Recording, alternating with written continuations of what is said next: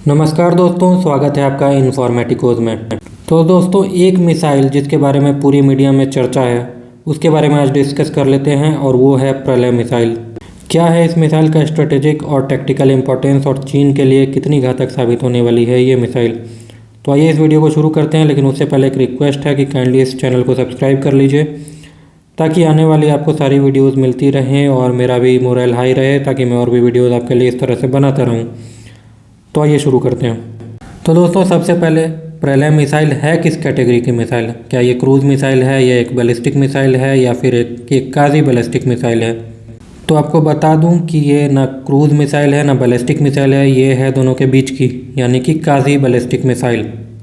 अब ये काजी ballistic missile क्या होती है? काजी का मतलब होता है सिमिलर, नियर सिमिलर, यानी कि इसका जो बिहेवियर होता है वो बैलिस्टिक मिसाइल वाला तो ज़रूर होता है, लेकिन इसमें क्रूज मिसाइल के भी कैरेक्टरिस्टिक्स होते हैं। अब इसको क्वाजी या काजी बैलिस्टिक मिसाइल क्यों कर रहे हैं? इसका कारण है कि देखिए, बैलिस्टिक मिसाइल बहुत ही ऊंचाई तक चली जाती हैं। अभी जो आपके सामने वीडियो चल रहा है इसमें इसके अंदर बैलिस्टिक मिसाइल दिखाई जा रही है, जो कि रशिया की टैक्टिकल बैलिस्टिक मिसाइल है।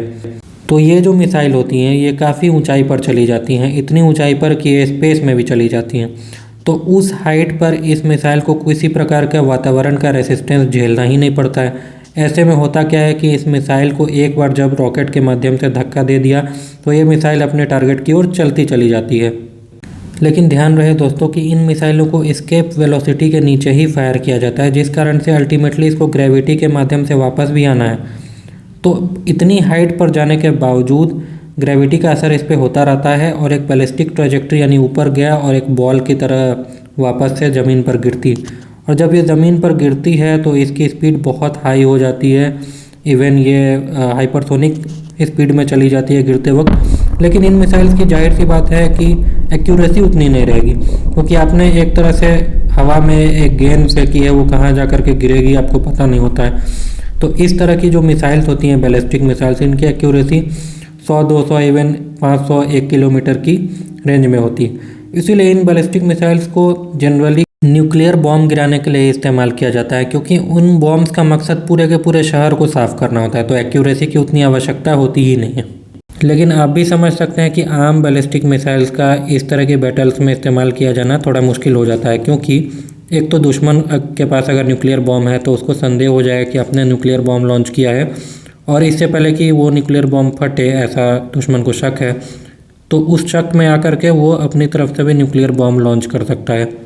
दूसरा कारण है कि आप कितनी भी बैलिस्टिक मिसाइल से अगर कन्वेंशनल लोड के साथ मार दे तो कोई असर दुश्मन पे होने वाला है नहीं, क्योंकि वो मिसाइलें तो एक्यूरेट होंगी नहीं, शहर में इधर उधर जा कर के गिरेंगी, आम आदमी को नुकसान होगा। तो आप एक प्रोफेशनल मिलिट्री हैं, आप कोई आतंकवादी संगठन तो है नहीं कि हमास की तरह आम लोगों पर रॉकेट दाग दिया। आपको टारगेट करना होता है बिल्कुल एग्जैक्ट जहाँ पे दुश्मन की लोकेशन है। इसके लिए चाहिए होती है एक्यूरेसी, जो कि बैलिस्टिक मिसाइल नहीं दे पाती है। यही कारण है कि एक्यूरेसी के लिए क्रूज मिसाइल का इस्तेमाल होता है। अब क्रूज मिसाइल क्या करती है? तो क्रूज मिसाइल स्पेस में नहीं जाती है, ये अच्छे से आपके एटमॉस्फेयर में रहते हुए मैनूवर करते हुए जाकर के अपने टारगेट पर हिट कर देती है।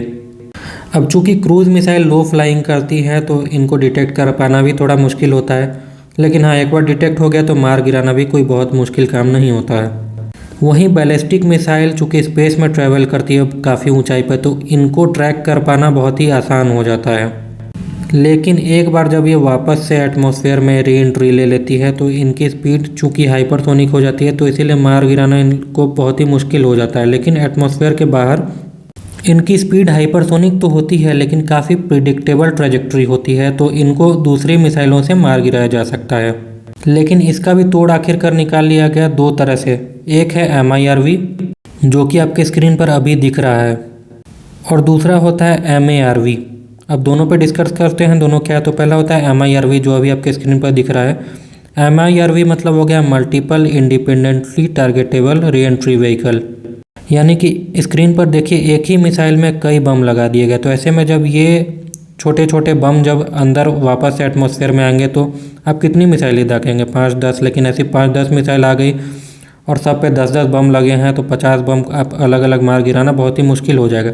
ऐसे में कुछ ना कुछ तो बम आपके लोकेशंस पे जाकर के हिट करेंगे। और दूसरी टेक्नोलॉजी जिसके बारे में हम लोग बात कर रहे थे वो है MARV। ये है मैन्यूवरेबल री एंट्री व्हीकल। अब ध्यान दीजिएगा कि प्रलय मिसाइल के बारे में जो चर्चा हो रही है वो इसी के साथ आता है, MARV। तो अभी आप अपने स्क्रीन पर देखिएगा कि MARV कैसे काम करता है। देखिए, उतनी ज़्यादा हाइट पर जहाँ ये मिसाइल उड़ रही है वहाँ पर एटमॉस्फेयर तो होता नहीं है, तो फिन्स से काम होने वाला नहीं है। तो ऐसे में ये जो MARV है, देखिए छोटे छोटे रॉकेट से इसको अलग अलग डायरेक्शन दिया जाता है ताकि ये एक प्रिसाइज डायरेक्शन में जा कर के टारगेट को हिट करे।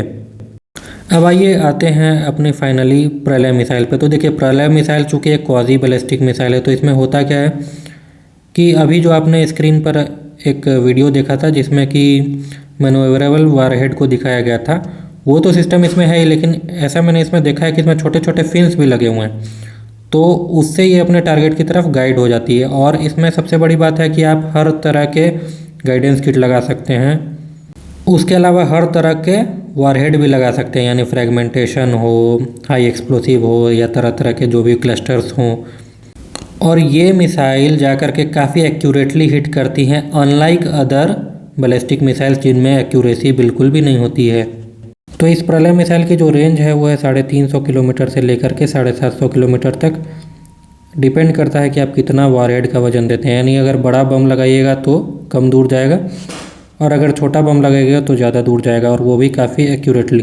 तो इसका जो इम्पोर्टेंस है वो एक तरह का सेमी स्ट्रेटेजिक है, क्योंकि देखिए टैक्टिकल टारगेट्स को तो हिट कर ही सकता है, इसके साथ साथ एयर बेस जैसे स्ट्रेटेजिक टारगेट को या किसी इंडस्ट्रीज़ को या इंडस्ट्रियल कॉम्प्लेक्स को भी हिट कर सकता है। तो जाहिर सी बात है कि इसका स्ट्रेटेजिक इम्पोर्टेंस भी है। और जैसा कि मैंने आपको बताया था कि ये उतनी हाइट पर नहीं जाता है, तो एक बैलिस्टिक मिसाइल के फायर होने का कन्फ्यूज़न पैदा नहीं करता, जिससे कि एनिमी का न्यूक्लियर थ्रेशोल्ड भी ब्रीच नहीं होता है। साथ ही साथ आपको तो अभी जानकारी होगी कि भारतीय सेना एक रॉकेट फोर्स का अलग से निर्माण कर रही है। तो उसमें क्या था कि हमारे पास जो पिनाका रॉकेट थे उसके रेंज सिर्फ मैक्सिमम 75 से 80 किलोमीटर है।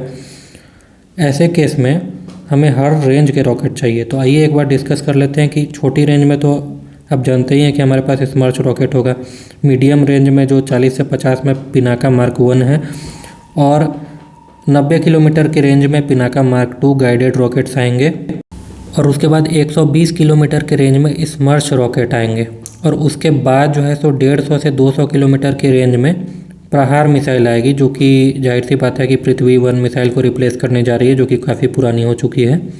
वहीं इसके ऊपर जो 350 से लेकर के 500 या 750 किलोमीटर की रेंज वाले टारगेट्स है, उसके लिए ये आपको प्रलय मिसाइल आ जाएगी, और साथ साथ शौर्य मिसाइल भी इसी कैटेगरी में आएगी। तो जब भी चीन से युद्ध होगा तो सारी मिसाइलें अपने अपने रेंज पर हिट करना शुरू कर देंगी। अब इनका इम्पोर्टेंस इसलिए हो जाता है कि देखिए, चीन के पास हज़ारों की संख्या में क्रूज मिसाइल्स और बैलिस्टिक मिसाइल मौजूद है।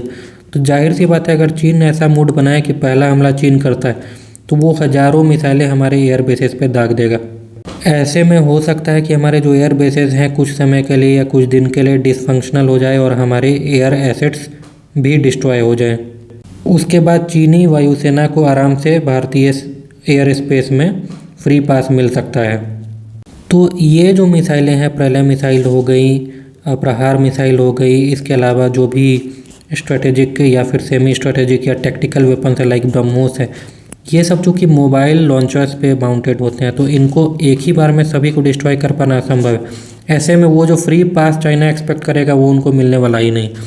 जहाँ हमारे एयर बेसेस पे हमला होगा हम भी कर देंगे, तो उनके भी एयर बेसेस डिस्ट्रॉय हो जाएंगे और अच्छे खासे सैनिक भी मारे जाएंगे। तो एक तरह से ये बराबरी का युद्ध शुरू हो जाएगा और वापस से युद्ध ग्राउंड पे आ जाएगा। ऐसे में होगा कि ग्राउंड पे तो हमारी सेना काफ़ी ट्रेंड है और लगातार कॉम्बैट एक्सपीरियंस है, तो चीन को हराना कोई बड़ी बात नहीं हो जाएगी। सबसे बड़ी बात इस मिसाइल से यही निकल कर के आती है कि चाइना को किसी भी प्रकार का फ्री पास नहीं मिलेगा। अच्छे खासे टारगेट को अच्छी खासी दूरी पर हम लोग बड़े मज़े से हिट कर सकते हैं। तो आज के वीडियो में दोस्तों रखते हैं इतना ही। अगर आपको इस वीडियो से थोड़ी भी नॉलेज गेन हुई हो तो काइंडली इस चैनल को सब्सक्राइब कर लीजिए, और इस चैनल पे इस तरह की बहुत सारी वीडियो आएंगी। अगर आप सब्सक्राइब करते हैं तो मेरा मोरल हाई होता है, उससे मैं और भी वीडियो बनाऊँगा और काफ़ी इन्फॉर्मेटिव बनाऊँगा।